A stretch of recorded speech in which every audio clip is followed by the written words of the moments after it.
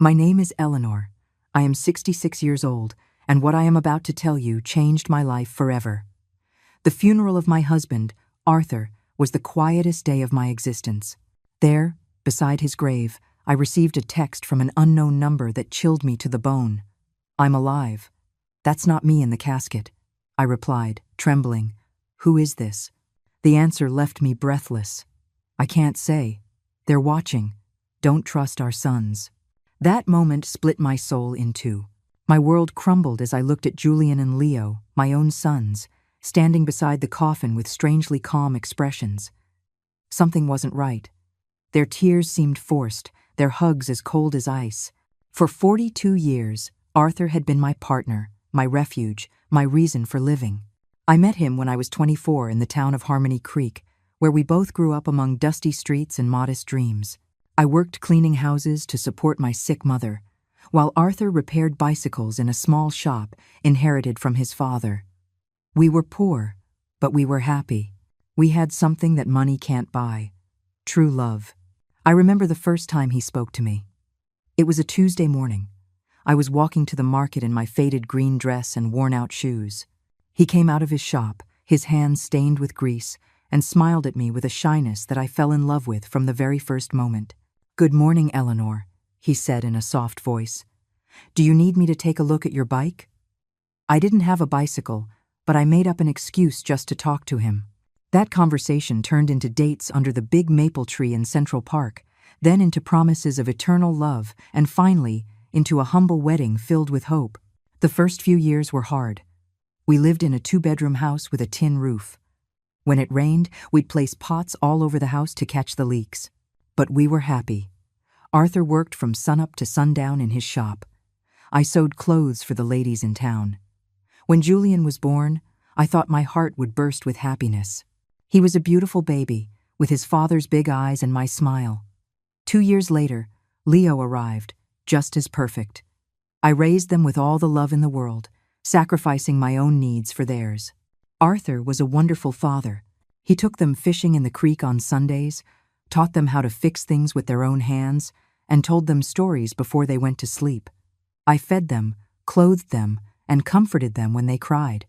We were a close-knit family, or so I believed. As they grew up, things began to change. Julian, the older one, was always ambitious. From a young age, he would ask why we lived so modestly, why we didn't have a car like other families. Leo followed him in everything, as he always had. When Julian turned 18, Arthur offered him a job at the shop, but he refused it with contempt. "I don't want to get my hands dirty like you, Dad. I'm going to be someone important." Those words deeply wounded Arthur, though he never told me. I would see him at night, sitting on the porch, looking at the stars with sadness. His son had rejected not only his job, but his entire way of life. The years passed, and surprisingly, Julian managed to make his way in the business world. He got a job at a real estate firm in Street Louis. Leo followed him shortly after. They both started making money, much more than Arthur and I had ever seen. At first, I was proud. My sons had achieved what we never could, escaping poverty, having a better life. But slowly, that joy turned to sadness. The visits became less frequent, the calls shorter. When they did come to see us, they arrived in luxury cars, dressed in expensive suits, talking about investments and properties. They looked at us with a strange mixture of pity and shame. "Mom," Julian would say during one of his sporadic visits, "you should move to a better place. This house is falling apart." He was right, but that house held all our memories. It was where we had raised our children, where we had shared thousands of meals, where we had grown old together. It wasn't fancy, but it was our home. Arthur, always wise, would tell me, "Eleanor, money has changed our sons. We're not enough for them anymore." I resisted believing it. I kept justifying their absences, their brief calls, their broken promises. "They're busy building their lives," I would tell myself. "Someday they'll go back to being the loving boys we raised." But deep in my heart, I knew Arthur was right. We had lost our sons long before I lost my husband. I just didn't know yet to what extent we were strangers to them. The most drastic change came when Julian married Genevieve, a woman from the city who never hid her disdain for our simple lifestyle. The first time he brought her home, she arrived in high heels that sank into the dirt path in our yard, wearing a chic red dress that looked more expensive than anything I had ever worn in my life. "A pleasure," she said with a forced smile, extending only the tips of her fingers to greet me. Her eyes scanned our humble home with an expression I couldn't decipher, but it made me feel small. During dinner, Genevieve barely touched the food I had prepared with so much love. She pushed the green beans around on her plate, cut tiny pieces of chicken, but hardly ate a thing. Julian seemed nervous, constantly apologizing for things that had never embarrassed him before. "Next time, we'll take them to a restaurant," he whispered to Genevieve, thinking I couldn't hear him. But I heard. Every word stabbed my heart like a knife. Leo, for his part, remained single but adopted the same distant attitude as his brother. His visits were limited to special occasions, and even then, he always seemed to be in a hurry to leave. He was constantly on his phone, closing deals even during our conversations. "Mom, I have to go," he would always say before it was time. "I have an important meeting early tomorrow." Family Sundays became a distant memory. Christmases turned cold and formal.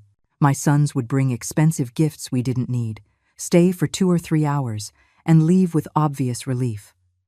Arthur and I grew old alone, comforting each other. He kept working in his shop, though his hands no longer had the same strength. I continued with my sewing, but my eyes weren't the same either. We managed on our small income, proud that we never asked our successful sons for anything. "You know what the saddest part is, Eleanor?" Arthur said to me one night as we drank coffee on the porch. "It's not that they have money, it's that the money has made them believe we are less important." He was right, as always. My sons hadn't just changed financially, they had changed in their hearts. We were no longer their beloved parents. We were an inconvenient reminder of a past they wanted to forget. Things got worse when Julian bought a $200,000 house in an exclusive neighborhood in the city. Leo did the same shortly after, investing in a luxury apartment that cost $150,000. Suddenly, our sons were owners of fortunes we couldn't even imagine. "You should sell this house and move into a nursing home," Genevieve suggested during one of her rare visits. "There are some very nice places for people your age. You'd be more comfortable." The words, nursing home, hit me like a slap. A nursing home? After 40 years of building our home, after raising these sons with so much love, they wanted to send us to a nursing home? "We don't need a nursing home," Arthur replied with the dignity that always characterized him. "We're fine here, in our house." But I saw the expression on Julian's and Leo's faces. They supported Genevieve's idea. To them, we were a burden, a problem to be solved in the most convenient way possible. That's when the more direct suggestions began. Julian arrived one day with papers in his hand, documents he had prepared without consulting us. "Dad, Mom," he said with that fake smile he had perfected, "I've been thinking about your future. This house is worth $15,000 at most. If you sell it, I can add some money so you can move to a better place." A better place? For us, there was no better place than the home where we had been happy for decades. But Julian didn't understand that. For him, everything came down to numbers, to monetary value. "Besides," he continued, "I think Dad should retire from the shop. He's 70 years old already. It's time to rest." Arthur looked at him with infinite sadness. "Son, work isn't a burden for me. It's what keeps me alive, what gives my days meaning." "But you could get hurt," Leo insisted, backing his brother as always. "At your age, an accident would be very dangerous." His words sounded concerned, but I sensed something else behind them. An impatience, an urgency I couldn't quite understand. The following months were tense. My sons increased the pressure on us to sell the house. They brought real estate agents over without telling us, did appraisals without our permission, and even started talking about what would be best for everyone. "Look," Julian told us during a particularly uncomfortable dinner, "Genevieve and I have decided to have children soon. We'll need help with the expenses. If you sell the house and move somewhere smaller, that money could be an early inheritance." An early inheritance? Was he asking for our inheritance while we were still alive? The audacity of the request left me speechless. Arthur remained calm, but I saw his jaw tighten. "Son, when your mother and I pass away, everything we have will be for you. But as long as we're alive, our decisions are our own. Don't be stubborn, Leo chimed in with a harshness I'd never heard from him before. You're old. You can't keep living in the past. That night, after they left, Arthur and I stayed up talking until dawn. For the first time in our marriage, we discussed the possibility that our sons were not the people we thought we had raised. Something is wrong, Eleanor, my husband told me, with a worry I had never seen in his eyes before. This isn't just ambition or impatience. There's something darker behind all this pressure. I didn't know how deeply accurate his words were. I didn't imagine that my own sons were planning something that would change our lives forever. I didn't know that the tragedy to come would not be an accident of fate, but a carefully orchestrated conspiracy by the two people I trusted most in the world. The last normal conversation I had with Julian was 3 weeks before Arthur's death. He came alone, without Genevieve, with a more serious expression than usual.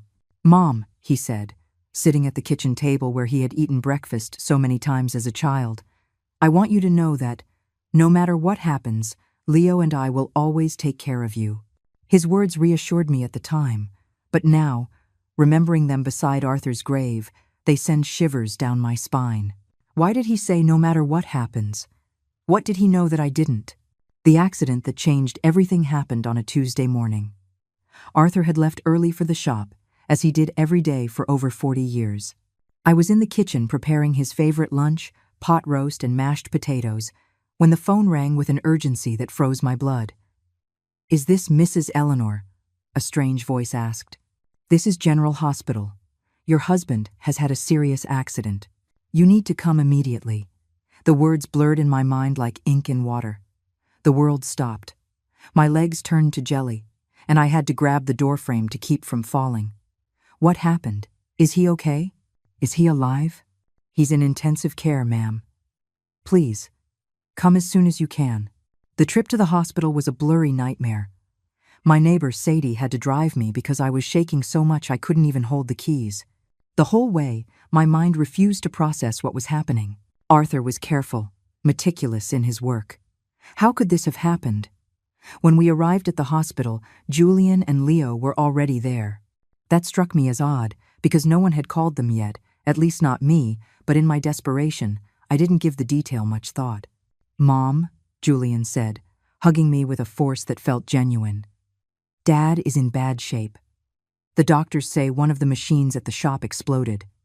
He has severe burns and head trauma." Leo's eyes were red, but something in his expression seemed strange. He looked more nervous than sad, like someone waiting for important news rather than someone grieving for his father. "Can we see him?" I asked desperately. "Only immediate family, one at a time, and for 5 minutes max," the nurse explained. When I entered that intensive care room, my heart sank. Arthur was connected to a dozen machines, with bandages covering much of his face and arms. I barely recognized him. His breathing was labored, artificial, maintained by constantly beeping devices. I approached his bed and took his hand, the only part of his body that seemed untouched. "Arthur, my love, I'm here. Everything is going to be okay. You're going to recover, just like you always do." For a moment I felt him lightly squeeze my hand. His eyes moved behind his closed eyelids. He was fighting. My warrior was fighting to come back to me. The next 3 days were the longest of my life. I practically lived at the hospital, sleeping on the uncomfortable chairs in the waiting room. Julian and Leo took turns keeping me company, but they always seemed more interested in talking to the doctors than in comforting their father. I overheard fragmented conversations that I couldn't fully understand at the time. Leo asking about health insurance, about the costs of treatment. Julian on the phone, talking about life insurance policies and beneficiaries. "Mom," Julian told me on the second day, "we've reviewed Dad's insurance. He has a $50,000 life insurance policy. There's also a work accident policy that could cover up to $75,000 more. Why was he talking to me about money when Arthur was still fighting for his life? Why was he worried about insurance instead of his father's recovery?" "I don't care about the money," I answered harshly. "I just want your father to get better." "Of course, Mom," he said, but I saw something in his eyes I didn't like. A coldness, a calculation at work while his father was dying. On the third day, the doctors gave us the most devastating news of my life.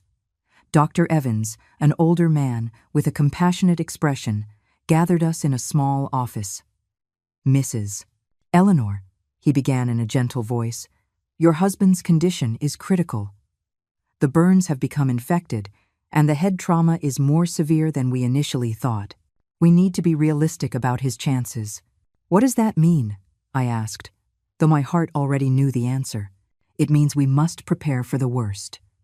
Your husband is in a medically induced coma.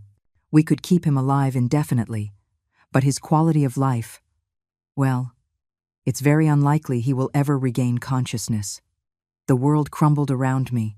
42 years of marriage, a whole life built together, and now they were telling me it was fading away like smoke.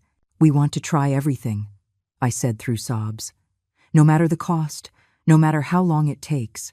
But Julian exchanged a look with Leo that deeply unsettled me. "Mom," Julian said, in a voice trying to sound sympathetic, "we have to be practical. Dad wouldn't want to live like this. He always said he never wanted to be a burden to anyone." "A burden?" I exploded with a fury I didn't know I had. "He's your father. He's not a burden. He's the man who raised you, who worked his whole life to give you the best." "We know, Mom," Leo intervened. "But we also have to think about you. The medical expenses are going to be enormous. They could wipe out all your savings. Again, the money.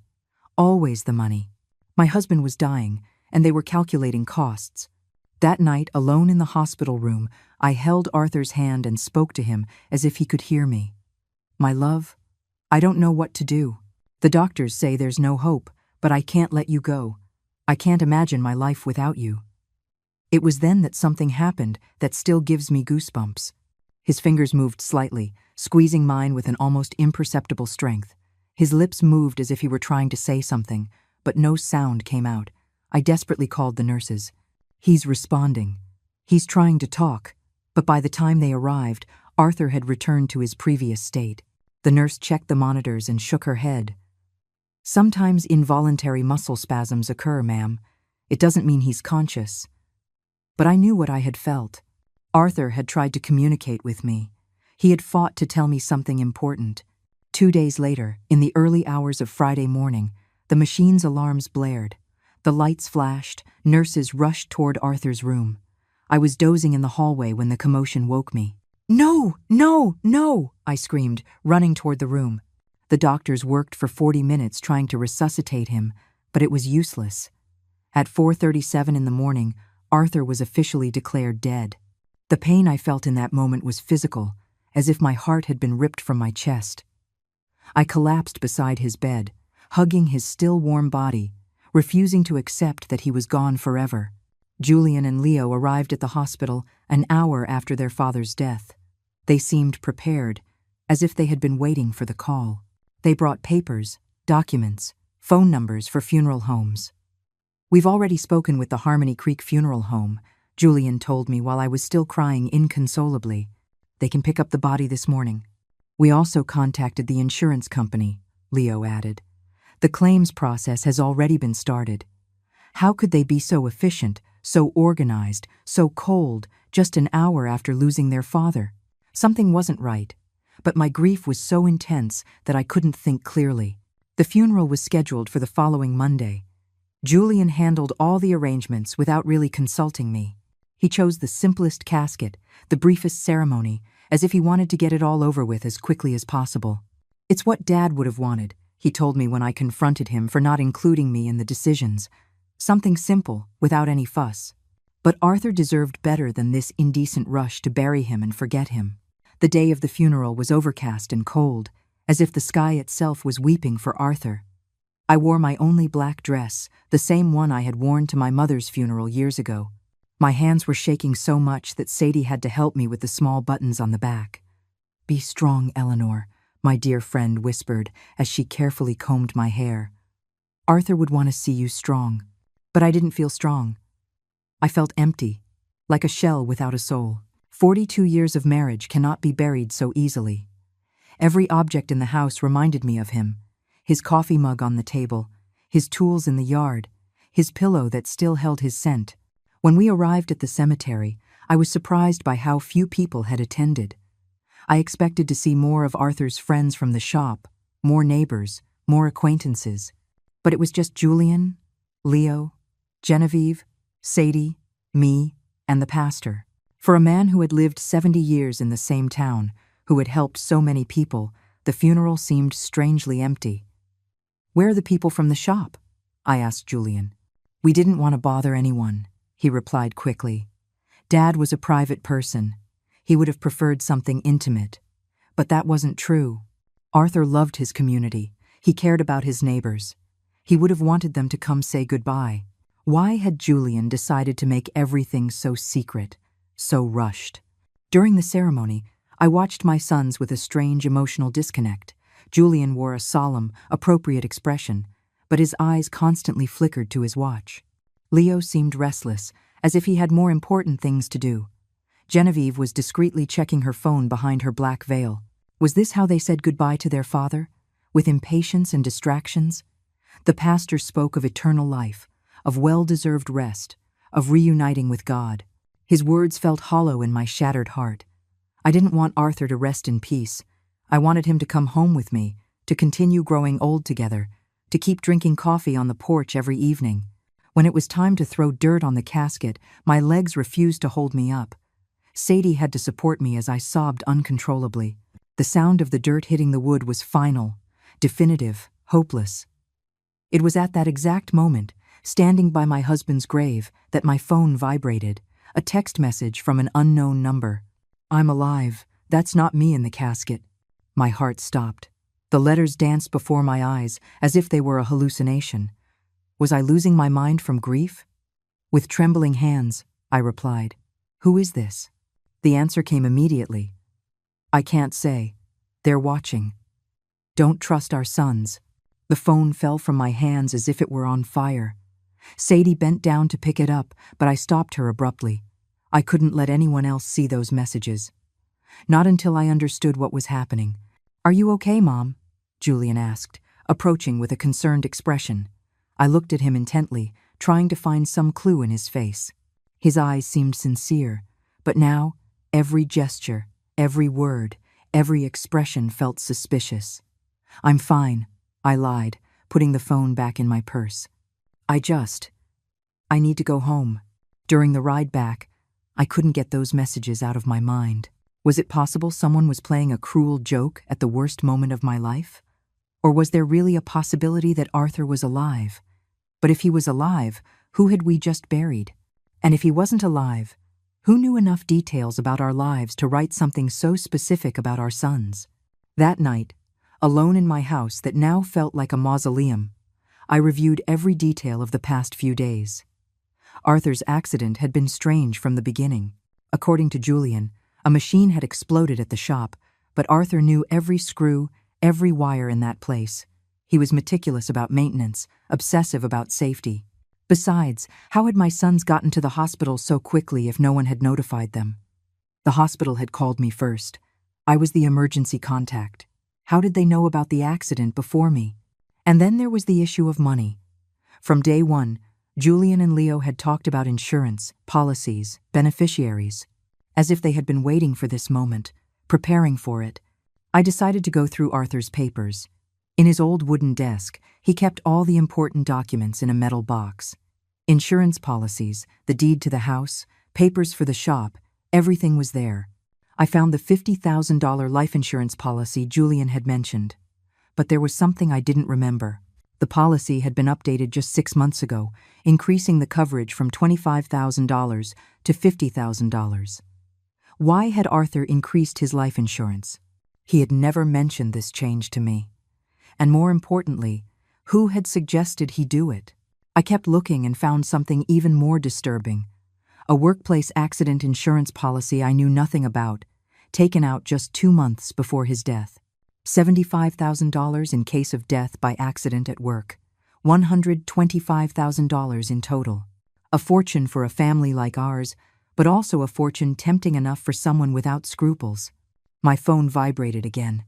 Another message from the same unknown number. "Check the bank account. See who's been moving money." This time, I didn't hesitate.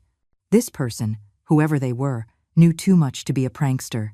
They knew about the insurance. They knew about my sons. They knew details that only someone very close to us could know. The next day, I went to the bank where Arthur and I had our account for 30 years. Mrs. Davis, the manager who had known us forever, greeted me with sincere condolences. "Eleanor, I'm so sorry about Arthur. He was a good man." "Thank you, Mrs. Davis. I'm here to review our accounts. I need to understand our financial situation." She showed me the statements for the last 6 months. What I saw left me frozen. Over the last 3 months, significant withdrawals had been made from our savings account. $5,000 in January, $3,000 in February, $4,000 in March. Money that I had no idea had been moved. "Who authorized these withdrawals?" I asked with a trembling voice. "Your husband came in person," Mrs. Davis explained. "He said he needed the money for repairs at the shop, but I handled the household finances. I knew exactly how much money we had and how much we spent. Arthur had never mentioned costly repairs at the shop, and we had definitely never discussed withdrawing $12,000 from our savings." "Do you have the signatures for these withdrawals?" I asked. She showed me the slips. It certainly looked like Arthur's signature, but something about the handwriting seemed off, too shaky, too uncertain for his usually firm, clear hand. "Mrs. Davis," I asked, my heart pounding. "Did he come alone to make these withdrawals, or was someone with him?" She thought for a moment. "Now that you mention it, I think once or twice he came with one of your sons. Julian, I believe. He said he was helping with the paperwork because Arthur had trouble reading the documents without his glasses." Julian. My son had been involved in money withdrawals I knew nothing about, using his father's tired eyes as an excuse. But Arthur saw perfectly fine with his glasses, which he never took off during the day. That afternoon, as I looked over the bank slips again and again, I received another message. The insurance was their idea. They convinced Arthur he needed more protection for you. It was a trap. I could no longer deny the evidence piling up in front of me.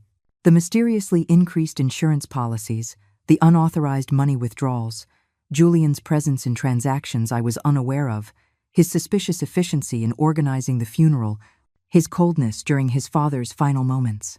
But the question that terrified me was, if they had really planned Arthur's death, how had they done it? And who was the person sending me these messages? How did they know so much about what had happened? The following days turned into a nightmare of doubt and suspicion. Every smile from Julian, every hug from Leo, every word of condolence felt like a mask hiding something sinister. But I needed more proof before I could accept a truth as horrifying as the one forming in my mind. My phone kept receiving messages from the mysterious number. "Go to Arthur's shop. Look in his desk. There are things you didn't see." I decided to go to the shop for the first time since the accident. Julian had said a machine exploded, but when I got there, I found something completely different from what I expected. The shop was strangely clean. Too clean to have been the scene of an explosion. There were no scorch marks on the walls, no debris, no signs of the destruction that such a serious accident should have caused. "Where's the machine that exploded?" I wondered aloud. I searched the entire shop and found all the machines in their places, working perfectly. The welder, the compressor, the power, saw all of them were intact. So what had been the cause of the accident? In Arthur's desk, I found something that made my blood run cold. A note in his handwriting, dated 3 days before his death. "Julian insists I need more insurance. He says it's for Eleanor, but something doesn't feel right. I don't trust his intentions." Below that note, there was another. "Leo brought me some papers to sign. He says they're to modernize the shop, but I don't understand what it's about. Why such a rush?" My husband had been suspicious. He had sensed that something wasn't right with our son's behavior, but he had died before he could tell me. I kept searching and found a sealed envelope with my name on it. I opened it with trembling hands. It was a letter from Arthur. "My dearest Eleanor, if you are reading this, it means something has happened to me. In recent months, I've noticed strange changes in Julian and Leo. They are too interested in our money, in the insurance, in us selling the house. Genevieve is putting a lot of pressure on them. Yesterday, Julian told me I should be more concerned about my safety, because at my age, any accident could be fatal. I don't know why, but those words sounded like a threat. I love you, Eleanor. If something happens to me, don't blindly trust anyone, not even our sons." The letter fell from my hands. Arthur had foreseen his own death. He had seen the signs that I, blinded by motherly love, had ignored. That evening, Julian came to visit. He arrived with a bottle of wine and a smile that now seemed completely fake. "Mom, I've been thinking about your future," he said, pouring himself a glass without asking if I wanted one. "The insurance money is already being processed. It will be $125,000. "How do you know the exact amount?" I asked, feigning innocence. "Well, I helped Dad with the insurance paperwork. He wanted to make sure you had enough money to live comfortably." A lie. Arthur had never wanted to increase the insurance. According to his own note, he had been pressured by Julian. "And what do you think I should do with that money?" I asked, carefully watching his reaction. His eyes lit up with a glint that gave me chills. "You could buy a smaller, more comfortable house. Or better yet, move into a good nursing home where you'll have company and medical care. Leo and I could manage your money to make it grow. Manage my money. We just want to take care of you, Mom. At your age, it's easy to get scammed or make bad financial decisions. We know about investments, about business. We could triple that amount in a few years. Triple my money, or make it disappear into their own pockets. Let me think about it," I told him. That night, I received another message. "Tomorrow, go to the police station. Ask for the report on Arthur's accident. There are contradictions you need to know about." The next day, I went to the local police station. Sergeant Miller, who had known Arthur for years, greeted me kindly. "The report on my husband's accident?" I asked with a confused expression. "Which accident, Mrs. Eleanor?" "The one at his shop." When the machine exploded, the sergeant checked his files and shook his head. "We have no report of an explosion at Arthur's shop here. In fact, we have no report of a workplace accident involving your husband at all." I felt the world sway beneath my feet. But my son said it was an accident at the shop. That's why he was in the hospital." "Mrs. Eleanor, your husband arrived at the hospital on Tuesday morning, but not because of a workplace accident. According to the medical report I have here, he arrived unconscious with symptoms of poisoning. Poisoning. The doctors found traces of methanol in his blood, an amount sufficient to cause blindness, brain damage, and eventually death. The hospital should have informed you of this. Poisoning. It hadn't been an explosion. It hadn't been a workplace accident. Someone had deliberately poisoned my husband. Why didn't anyone tell me this?" I asked, my voice breaking.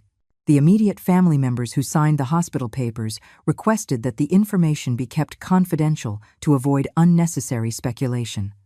They said you were too emotionally fragile to handle the technical details. Immediate family members, Julian and Leo.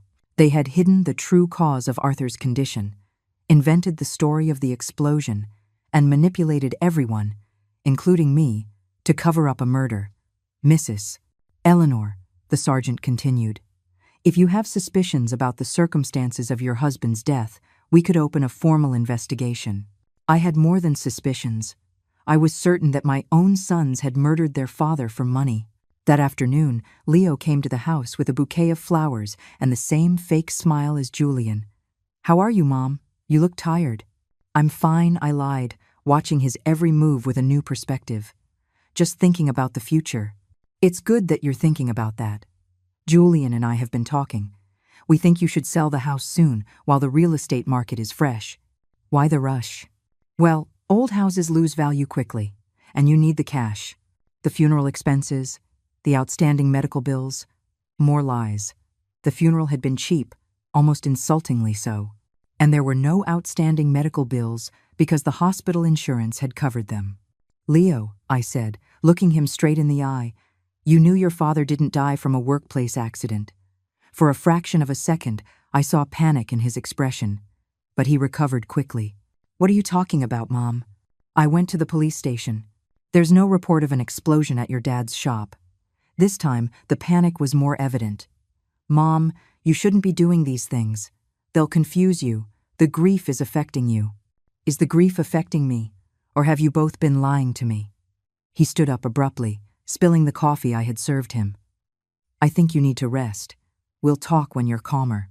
He left quickly, but not before making a phone call in the yard.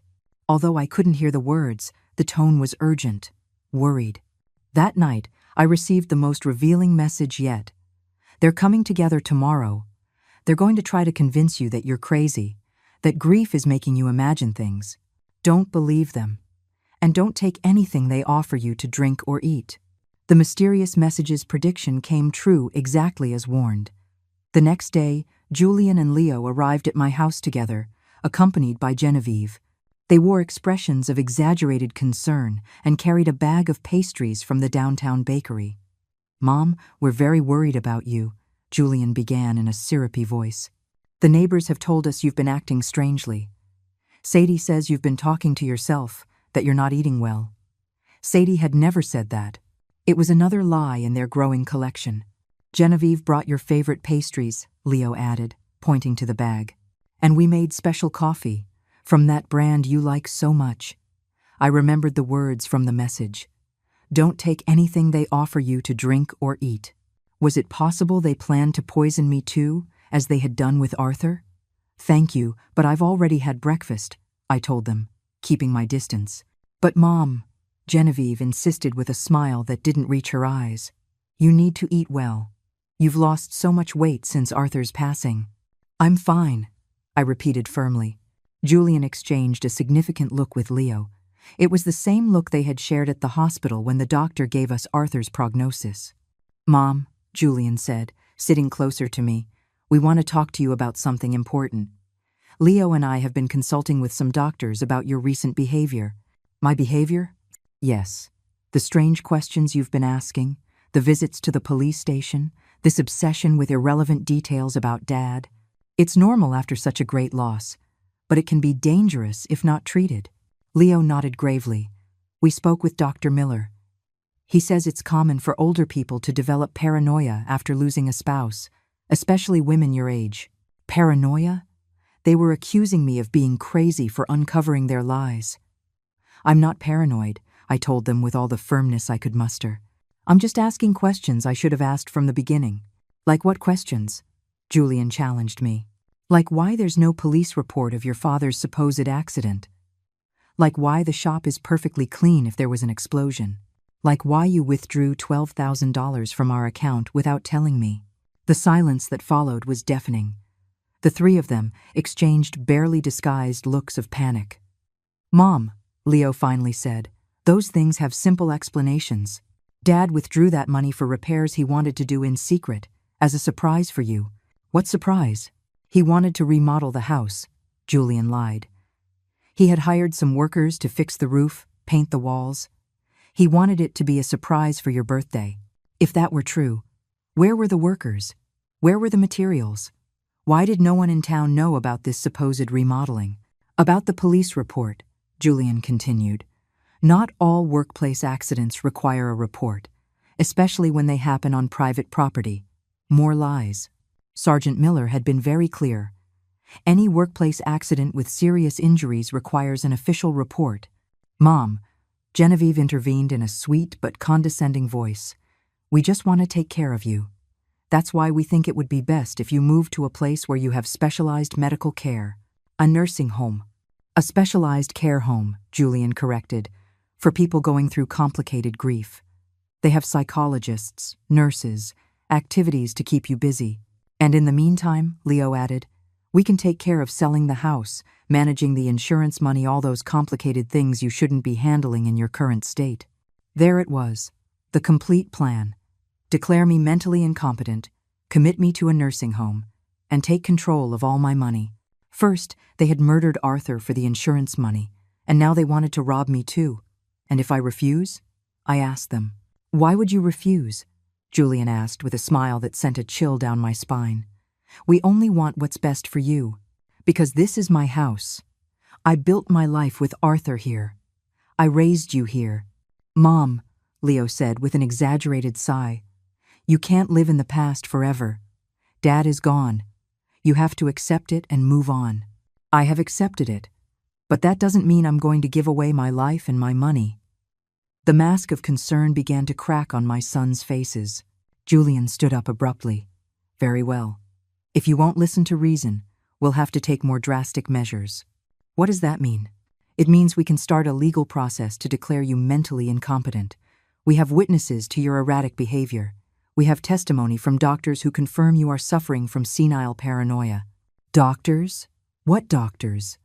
I hadn't spoken to any doctor about my mental state. Dr. Miller has already signed a preliminary report, Leo added. He says that based on our descriptions of your behavior, it's likely you need specialized care. A doctor who had never examined me had signed a report on my mental state based solely on what my sons had told him. How much had it cost them to buy that fake evaluation? So you can cooperate voluntarily, Julian continued. Or we can do it the legal way, but one way or another, you are going to get the help you need. It was a direct threat. If I didn't hand over my money voluntarily, they would use the legal system to steal it. I need time to think about it, I told them, trying to buy time. Of course, Genevieve said with her fake sweetness. But not too much time, for your own good. After they left, I sat in my kitchen, trembling with rage and fear. My own sons, my own flesh and blood, had not only murdered their father, but were now planning to steal everything I had left. That night, the phone vibrated with a message longer than the previous ones. Eleanor, my name is Vincent Hayes. I'm a private investigator. Arthur hired me 3 weeks before he died because he was suspicious of Julian and Leo. They poisoned him with methanol mixed into his breakfast coffee. I have recorded proof of their conversations, planning everything. Tomorrow at 3 o'clock in the afternoon. Go to the Hope Cafe. Sit at the table in the back. I'll be there. Finally, I would know who had been sending me those messages, and more importantly, I would have the evidence I needed to get justice for my husband's death. But I also knew I didn't have much time. Julian and Leo had shown their hand. If I didn't act fast, I would end up locked in a nursing home while they spent the money that had cost Arthur his life. The war had begun. And even though I was a 66-year-old woman against 2 ruthless men, I had something they didn't, the truth. And the truth, sooner or later, always finds a way to come to light. That night, for the first time since Arthur's death, I smiled, because I knew my husband had not died in vain. His caution, his instinct, his decision to hire a private investigator was going to allow me to get justice. Julian and Leo had gravely underestimated their mother. They were about to find out that a woman fighting for the memory of her murdered husband is a force more powerful than all their greed combined. The next day arrived, filled with nervousness and anticipation. I dressed carefully, choosing my most serious purple dress, the one I wore for important occasions. If I was going to meet the man who could give me the answers I needed, I wanted to be ready for any revelation. At 2:30 in the afternoon, I walked to the Hope Cafe with determined but cautious steps. Every shadow seemed suspicious. Every person on the street could be a spy sent by my sons. The paranoia they accused me of having was starting to feel justified. The cafe was moderately full. I went straight to the back table, as instructed. I ordered a chamomile tea and waited, my hands trembling slightly on the worn wooden table. At exactly 3 o'clock, a man in his 50s approached my table. He was tall, with graying hair, intelligent eyes, and a serious but kind expression. He carried a brown folder under his arm. "Mrs. Eleanor?" he asked in a low voice. I nodded, not yet trusting my own voice. "I'm Vincent Hayes. I'm very sorry for your loss. Arthur was a good man." He sat across from me and placed the folder on the table. "Before I show you what I have, I need you to know that what you are about to hear and see will be very painful. Are you prepared?" "I've been preparing since I received your first message," I replied with a firmness I didn't know I possessed. Vincent opened the folder and took out a small recorder. "Arthur came to see me a month ago. He was worried about his son's behavior. He hired me to investigate them discreetly." He pressed the play button. Arthur's voice, so familiar and beloved, filled the small space between us. "Vincent, I need you to know that if anything happens to me, it won't be an accident. Julian and Leo have been pressuring me to increase my life insurance policies. Yesterday, Julian brought me papers he said were to better protect Eleanor.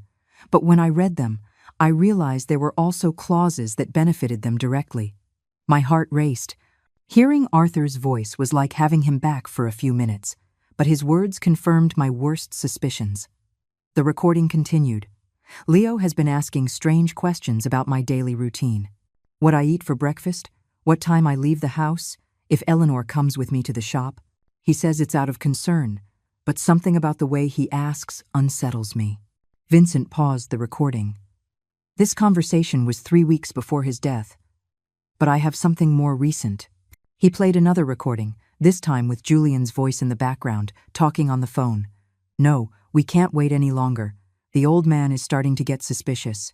Yesterday he asked me why I was so interested in his insurance. Yes, I already have the methanol. It works perfectly because the symptoms look like a heart attack or a stroke. No, Mom won't be a problem. After Dad dies, she'll be so devastated we'll be able to do whatever we want with her. Tears began to roll down my cheeks. It was my son's voice, my own son, coldly planning his father's murder. There's more, Vincent said softly. This recording is from the day before Arthur's death. A new recording began. This time it was Leo speaking to someone. Everything is ready. Tomorrow, Julian is going to put the methanol in Dad's coffee. We told him it was a special vitamin supplement a doctor recommended. The fool will drink it without suspecting a thing. The symptoms?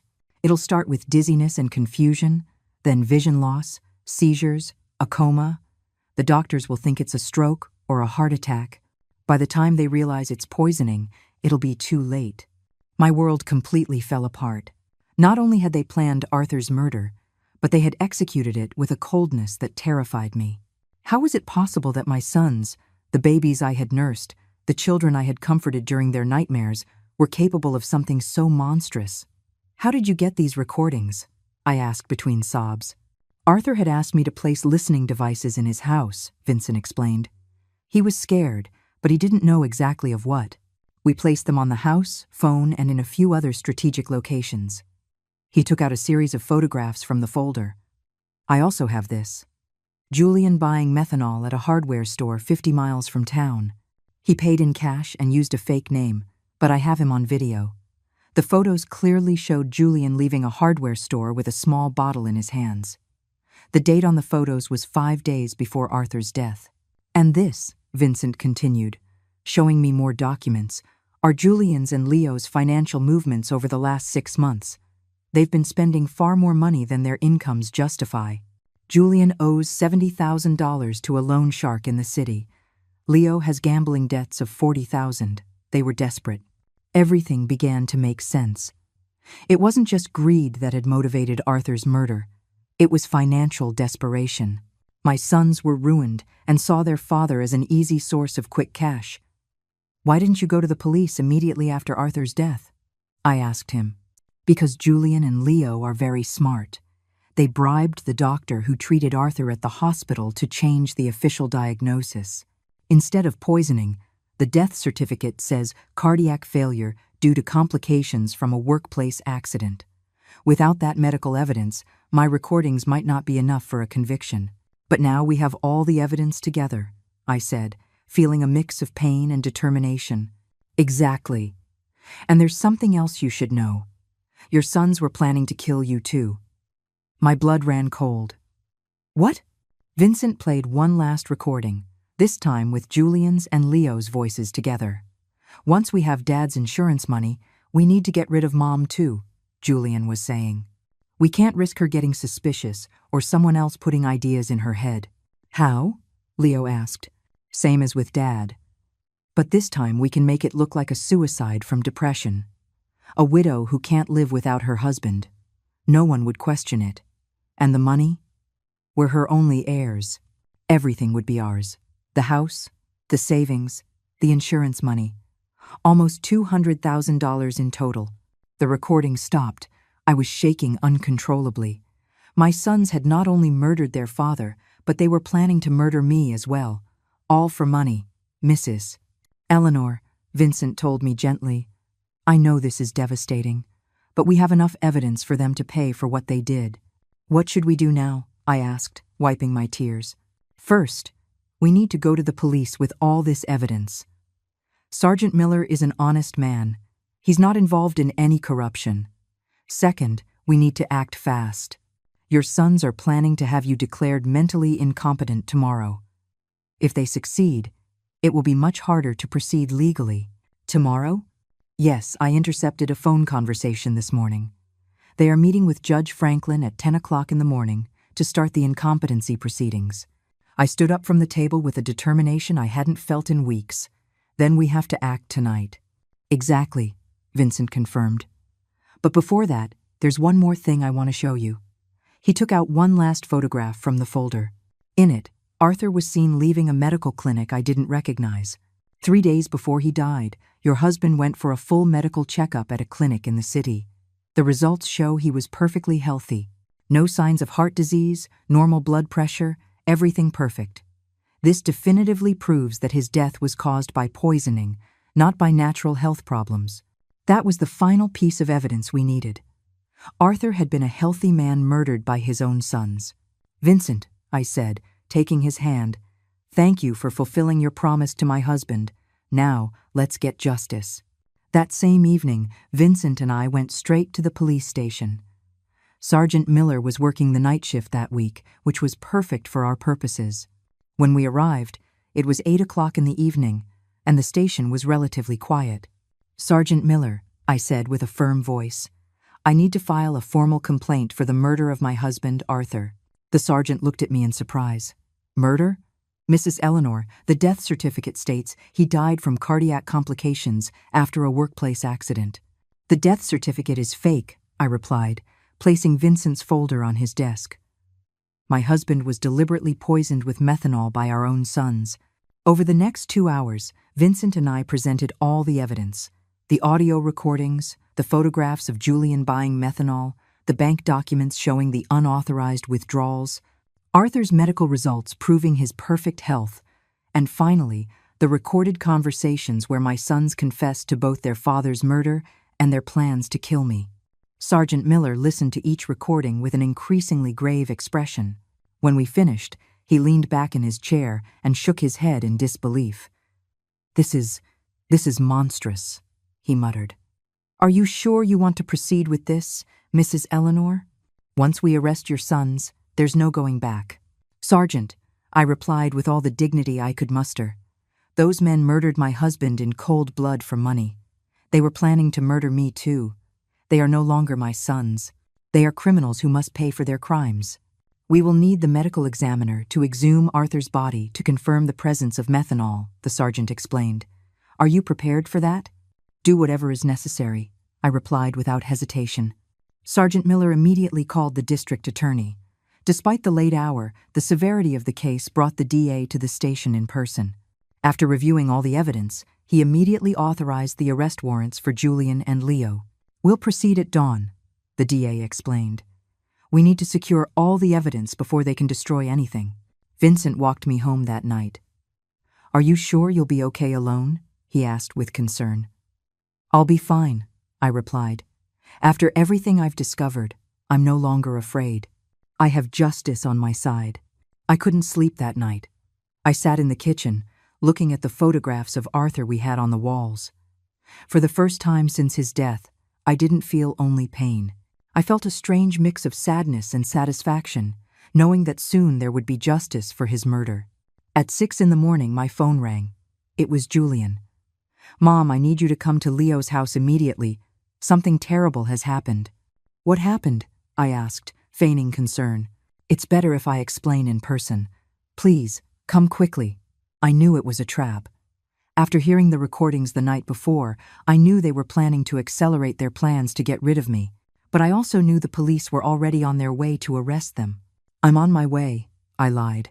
Instead of going to Leo's house, I stayed in my kitchen, waiting.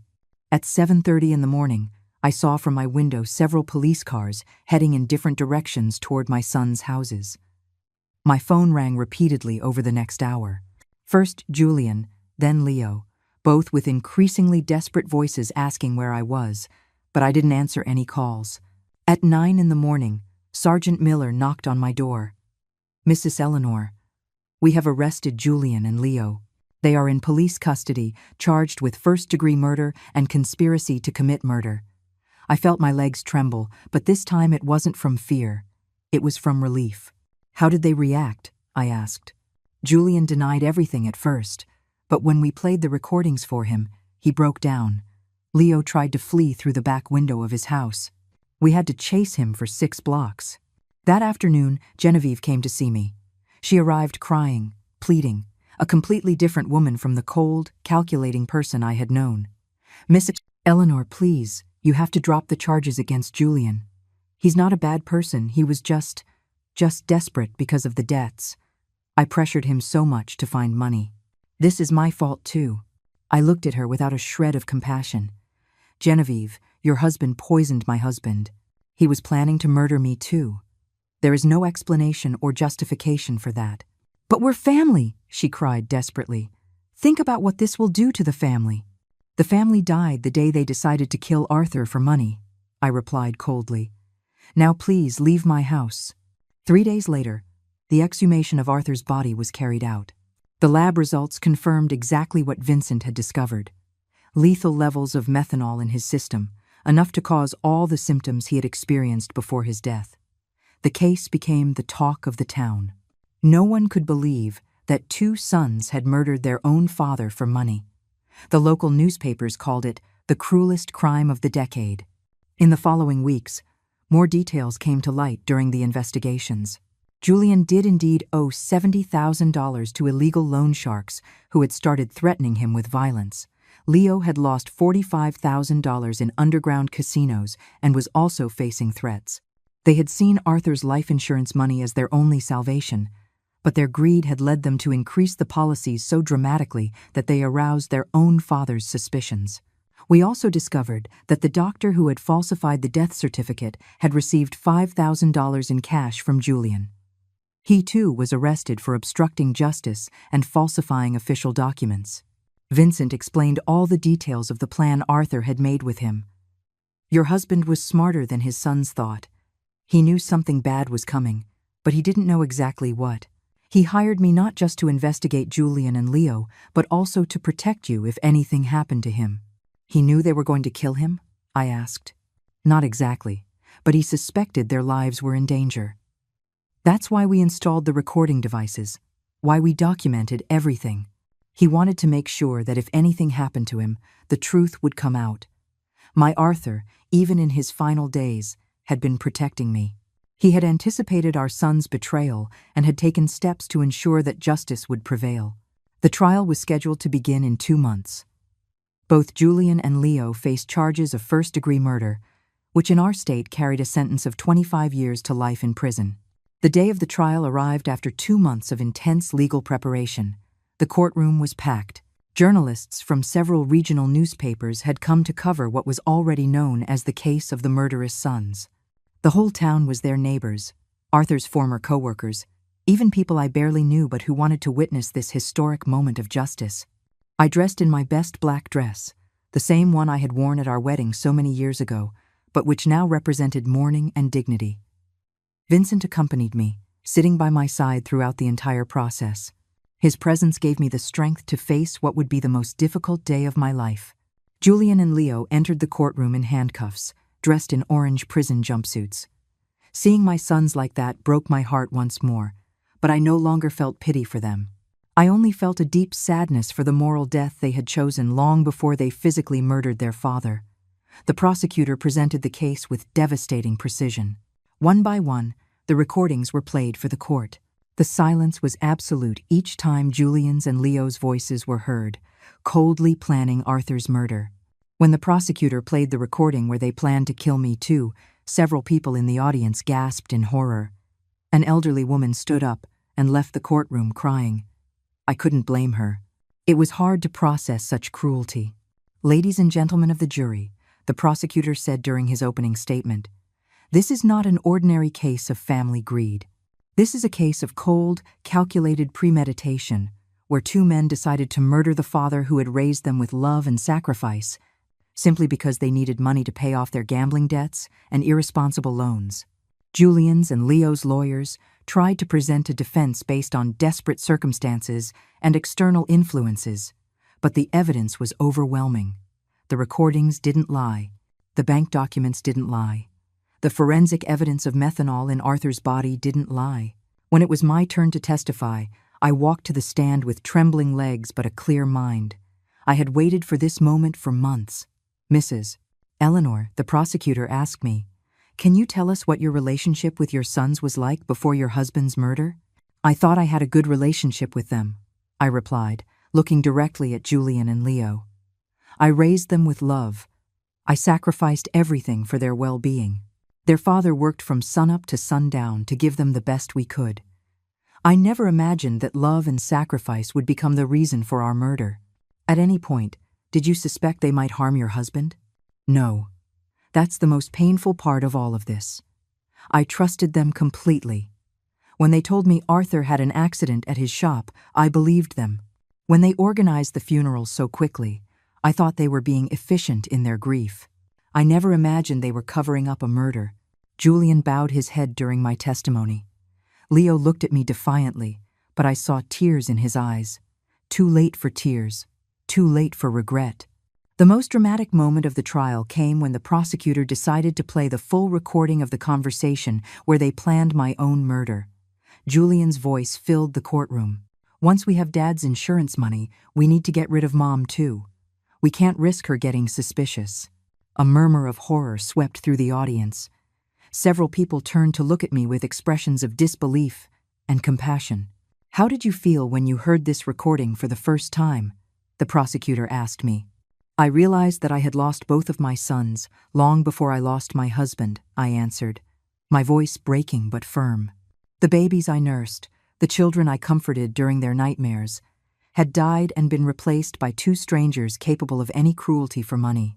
The defense tried to cross-examine me, suggesting that perhaps I had misinterpreted my son's intentions, that perhaps grief had made me exaggerate the evidence. But the recordings spoke for themselves. Vincent also testified, explaining in detail how Arthur had hired him because he was afraid of his own sons. He described every step of the investigation, every piece of evidence collected, every recorded moment that revealed the truth. The medical examiner presented the results of the exhumation, confirming the lethal presence of methanol in Arthur's body. He explained how this poison acts slowly, causing exactly the symptoms my husband had experienced before he died.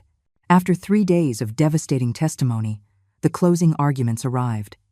The prosecutor was relentless. "Julian and Leo are not victims of circumstance.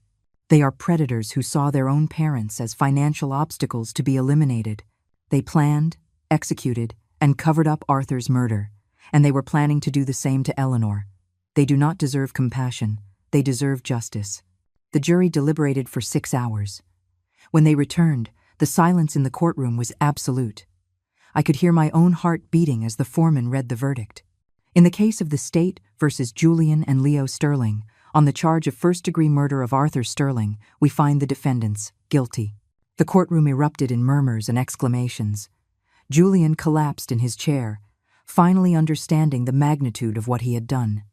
Leo remained rigid, staring straight ahead without expression.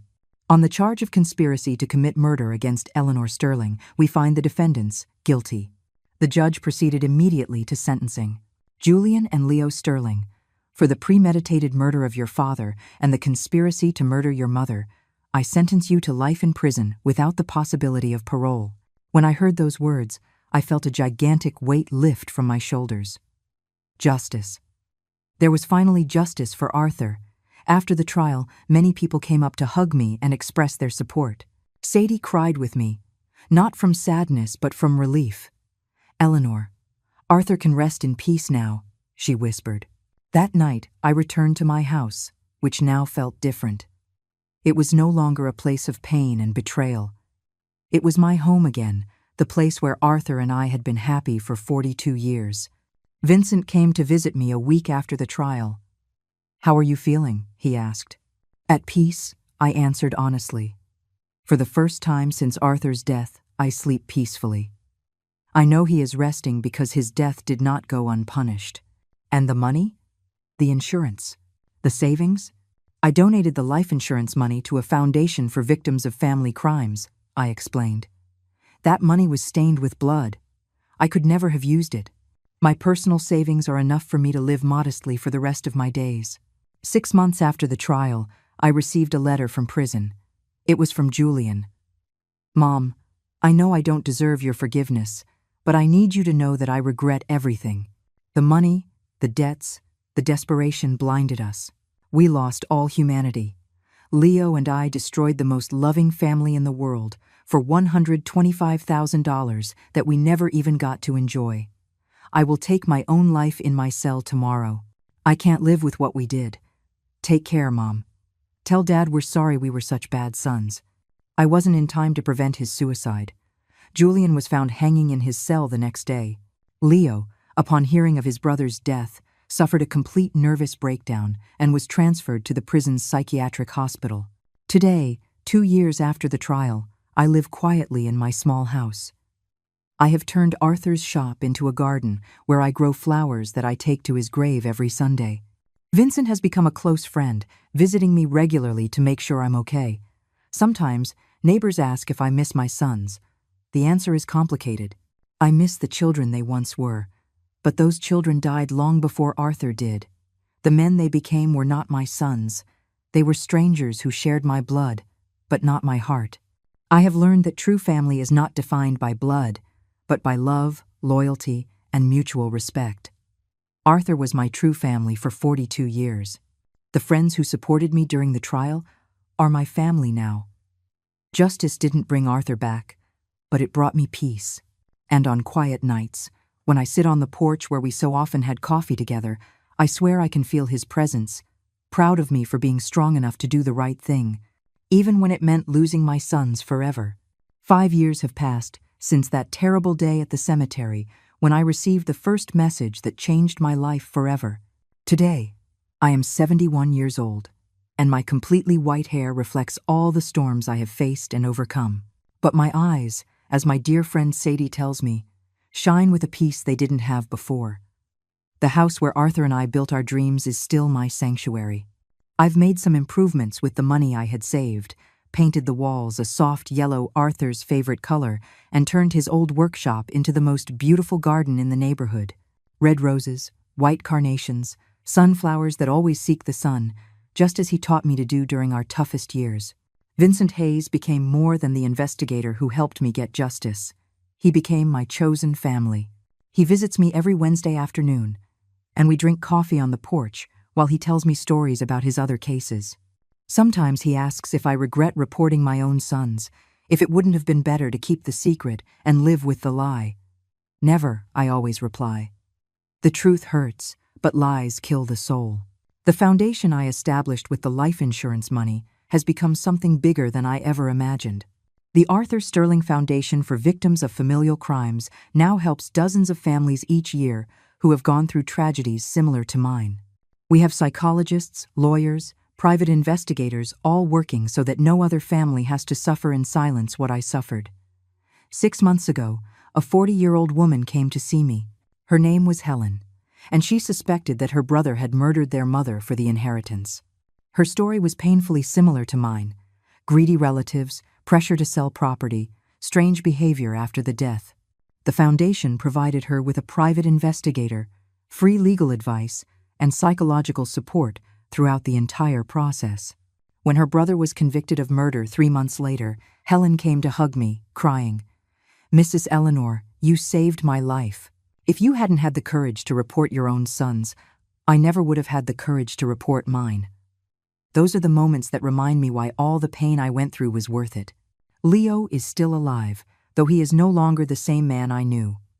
After Julian's suicide, his mind completely broke. The doctors say he lives in a constant state of guilt and paranoia, believing that Arthur comes to visit him every night to condemn him for the murder. He has tried to take his own life 3 times, but the prison guards keep him under constant watch. I receive letters from him occasionally. They are incoherent, filled with desperate apologies and pleas for forgiveness. At first, I read them, looking for some trace of the son I raised with so much love. But then I realized that reading those letters only reopened wounds that had already healed. Now, I keep them unopened in a shoebox. Maybe someday I'll read them, maybe not. I have the right to protect my peace of mind. Genevieve disappeared from town immediately after the trial. Someone told me she moved to the city and changed her name. I don't blame her. Carrying the last name of a murderer can't be easy. Sometimes I wonder if she knew what Julian was planning, if she was a silent accomplice in Arthur's murder. But those questions belong to the past, and I have learned to live in the present.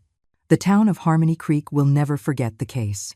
It has become a local legend, a story that parents tell their children as a warning about greed and betrayal.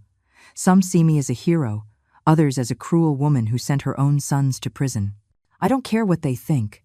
I know the truth, and the truth has given me the peace I needed. My health has remained surprisingly good for my age. The doctor says it's because I was finally able to free myself from the stress and sadness I was carrying. The body heals when the heart finds peace, he explained during my last checkup. Sunday mornings are my favorite. I cut fresh flowers from my garden and walk to the cemetery to visit Arthur's grave. His headstone now has an inscription I had engraved after the trial.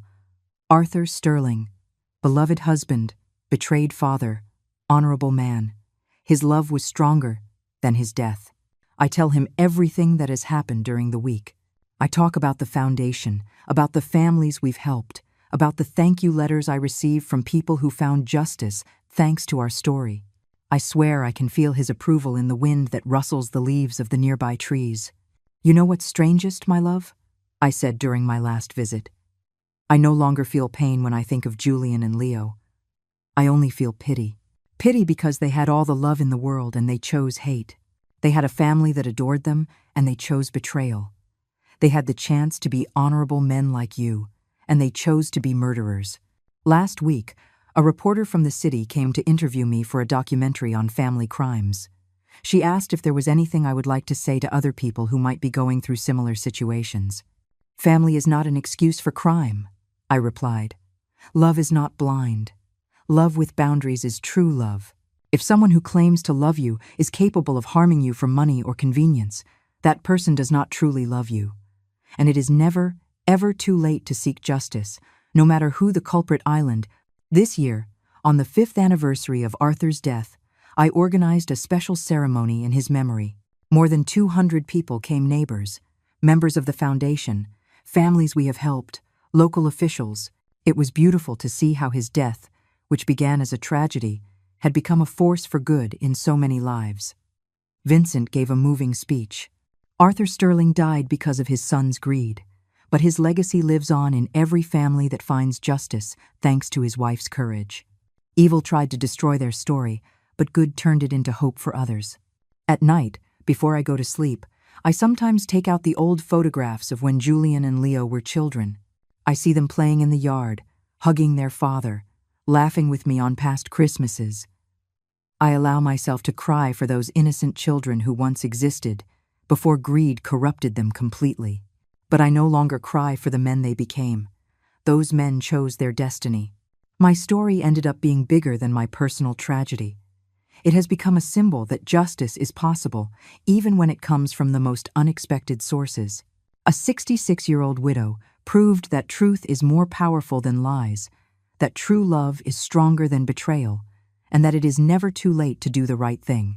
Tomorrow is Wednesday, and Vincent will come for coffee, as always. I'll make him his favorite cake and tell him about the thank you letters that arrived this week. Afterwards, we'll work together in the garden, planting new flowers for the spring. Life goes on, simpler but more authentic than before. I have learned that true family isn't about shared blood, but shared values, mutual respect, love that never turns to harm. Arthur, wherever you are, I hope you know that I kept the promise I made to you beside your grave that terrible day. I found the truth. I sought justice, and I turned our pain into hope for others. Your death was not in vain, my love. It will never be in vain.